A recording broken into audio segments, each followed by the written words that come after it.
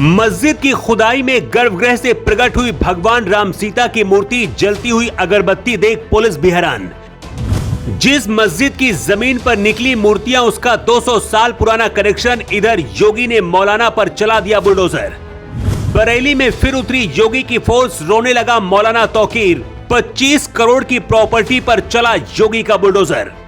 उधर मस्जिद की खुदाई में भगवान राम सीता की मूर्ति प्रकट हुई और इधर बरेली में योगी की फोर्स ने फिर से मौलाना तौकीर रजा को तोड़ना शुरू कर दिया।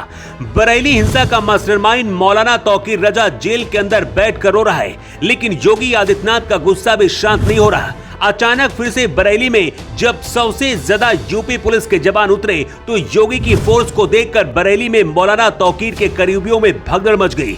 बुलडोजर से 25 करोड़ की प्रॉपर्टी को मिट्टी में मिला दिया गया है। कहते पाप का घड़ा एक न एक दिन जरूर भरता है और मौलाना तौकीर रजा के साथ भी कुछ ऐसा ही हुआ है। जिस तौकीर रजा के इशारे पर कभी पूरा बरेली चलता था, अब तौकीर कैसा इलाज योगी की पुलिस कर रही है कि तौकीर रजा की आने वाली पीढ़ियां भी कहेंगी ऐसी गलती नहीं करना वरना योगी बाबा आ जाएगा।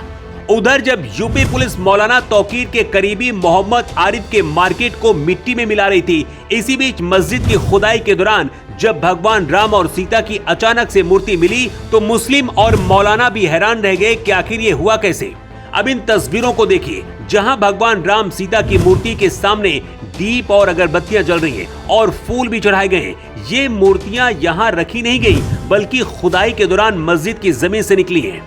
जैसे इसकी खबर आसपास के हिंदुओं को लगी तो पूजा पाठ करने के लिए भीड़ उमड़ पड़ी।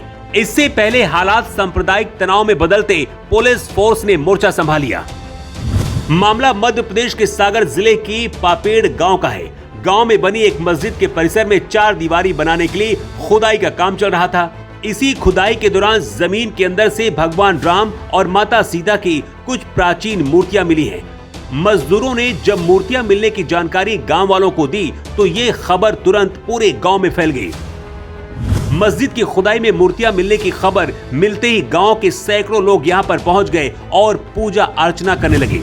हिंदू संगठनों ने तो भगवान राम का अभिषेक करके एक चबूतरा बनाकर मूर्तियों को स्थापित भी कर दिया और अब यहाँ मंदिर बनाने की मांग की जा रही है। मुस्लिम पक्ष का कहना है कि ये जमीन करीब 200 साल पहले मस्जिद को दी गई थी और ये भी कहना है कि मूर्तियां बाहर मिली थी जिन्हें मस्जिद परिसर में रखा गया है। फिलहाल मस्जिद के निर्माण को यहाँ पर रुकवा दिया गया है, लेकिन माहौल तनावपूर्ण है। ये ठीक वैसा ही है जैसा अयोध्या में भगवान राम के मंदिर बनाने से पहले रामलला प्रकट हुए थे।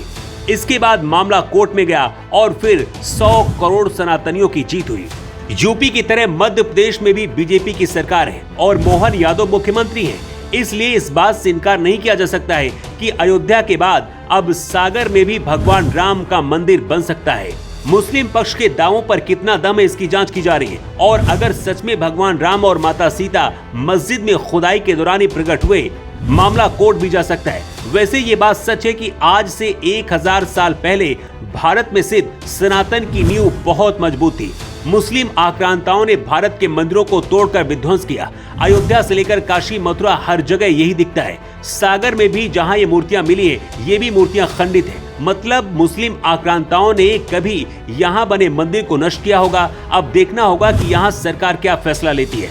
फिलहाल यहाँ पुलिस का पहरा बढ़ा दिया गया है, फोर्स तैनात कर दी गई है, लेकिन भगवान राम और माता सीता की ये मूर्तियां जहां पर मिली हैं, क्या वहां पर मंदिर बनना चाहिए? अपनी राय आप कमेंट बॉक्स में लिखकर जरूर दें। Bureau report.